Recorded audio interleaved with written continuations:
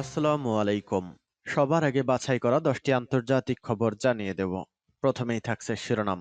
তবে তার আগে অনুরোধ থাকবে ভিডিওটিতে একটি লাইক দিবেন।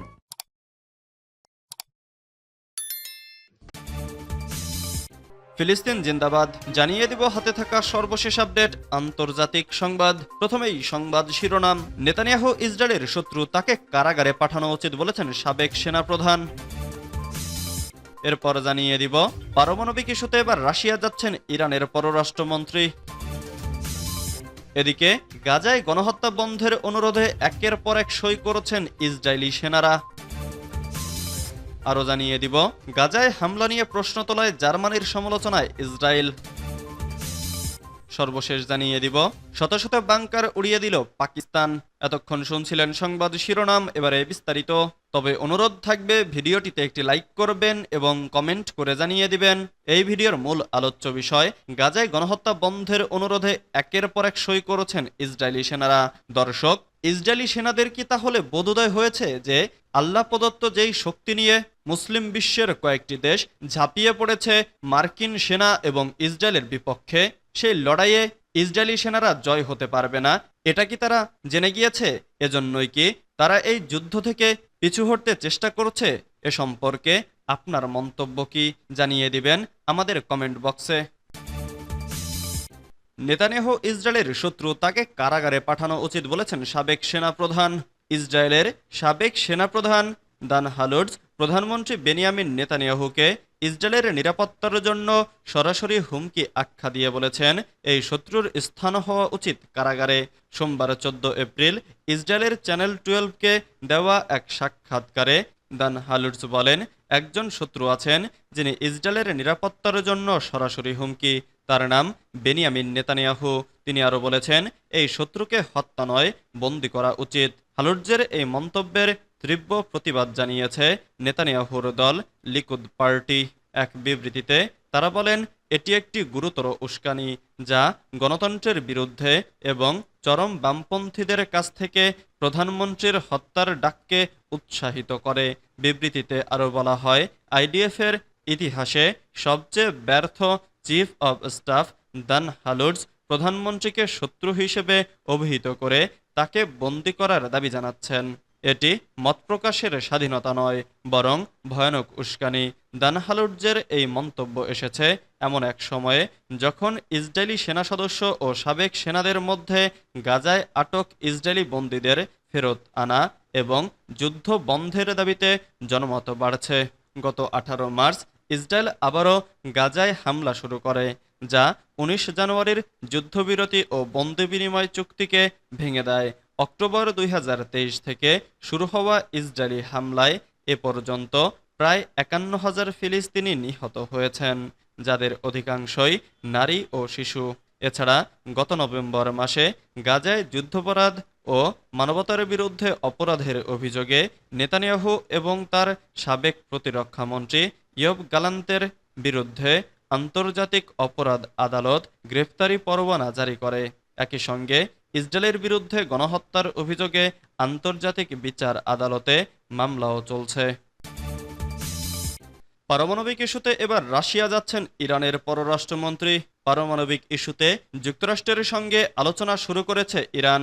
এবার এ বিষয়ে কথা বলতে রাশিয়া যাচ্ছেন ইরানের পররাষ্ট্রমন্ত্রী Abbas Araghchi.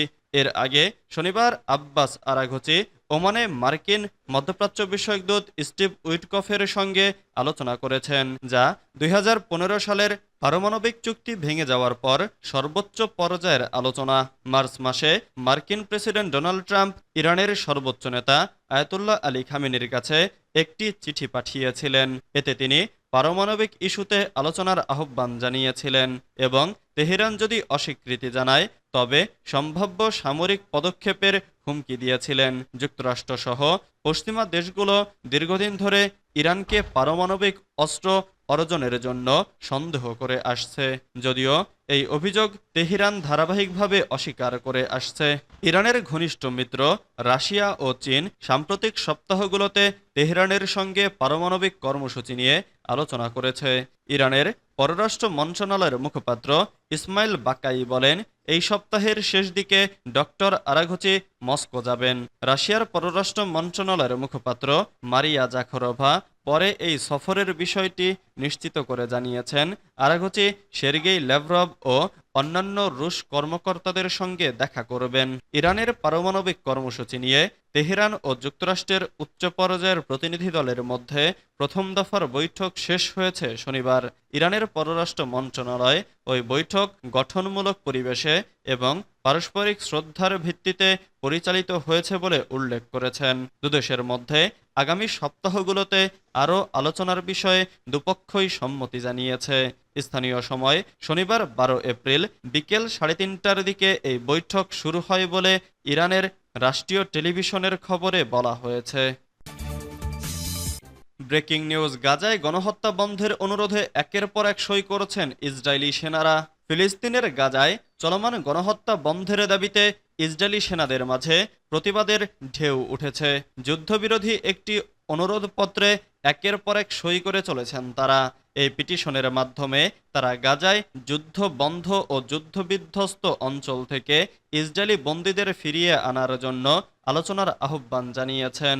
Israeli army radio জানিয়েছে, সম্প্রতি এই অনুরোধপত্রে নতুন করে আরও 150 জন সেনা সদস্য সই করেছেন। তারা সবাই ইসরায়েলের প্রখ্যাত গোলানি ব্রিগেড ফোর্সের সদস্য। এই পিটিশনে ইতোমধ্যে হাজার হাজার ইসরায়েলি সেনার নাম অন্তর্ভুক্ত হয়েছে, যা ইসরায়েলি সরকারের ভেতরে এক ধরনের আতঙ্ক সৃষ্টি করেছে। গত সপ্তাহ থেকে ধারাবাহিকভাবে পিটিশন সই করেছেন বিভিন্ন শাখার সেনারা।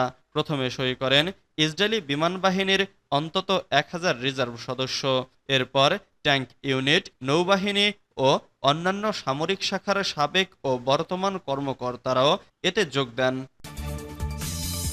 গাজায় হামলা নিয়ে প্রশ্ন তোলায় জার্মানির সমালোচনায় ইসরায়েল। গাজার এক হাসপাতালে হামলার ঘটনায় জার্মানির পররাষ্ট্র মন্ত্রণালয় প্রশ্ন তোলায় এর নিন্দা জানিয়েছে ইসরায়েল। সোমবার সামাজিক যোগাযোগ মাধ্যম এক্সে এই বিষয়ে মন্তব্য করে ইসরায়েলের পররাষ্ট্র মন্ত্রণালয়। রোববার উত্তর গাজার আল আহলি হাসপাতালে হামলা চালায় ইসরায়েল। ইসরায়েলের দাবি, হামলা চালানোর আগে হাসপাতালে কর্মরতদের সরে যাওয়ার নির্দেশ দেয়া হয়েছিল, তবে সরে যাওয়ার জন্য খুব বেশি সময় দেয়া হয়নি বলে সমালোচনা তৈরি হয়েছে। ফিলিস্তিনের বার্তা সংস্থা WOAFও জানায়, হামলার আগে সরে যাওয়ার জন্য 18 মিনিট সময় দেয়া হয়েছিল। ধারণা করা হচ্ছে হাসপাতালটিতে বেশ কয়েক ডজন রোগী ছিলেন, যাদের এত অল্প সময়ে সরিয়ে নেওয়া সম্ভব হয়নি। তাছাড়া সরিয়ে নিয়ে যাওয়ার সময় চিকিৎসা সেবা ব্যাহত হওয়ায় এক শিশু নিহত হয়েছে। শত শত বাংকার উড়িয়ে দিল পাকিস্তান। শত শত বাংকার উড়িয়ে দিয়েছে পাকিস্তান। দেশটি জানিয়েছে, গত 2 মাসে অন্তত 979টি বাংকার সম্পূর্ণরূপে ধ্বংস করা হয়েছে। পাকিস্তানের সংবাদ মাধ্যম জিও নিউজের এক প্রতিবেদনে এ তথ্য জানানো হয়েছে। প্রতিবেদনে বলা হয়েছে, কোহাট শান্তি চুক্তির আলোকে খুররম জেলার উপজাতি এলাকায় গত 2 মাসে মোট 979টি বাংকার সম্পূর্ণরূপে ধ্বংস করা হয়েছে। সরকারি সূত্রে এ তথ্য জানানো হয়েছে।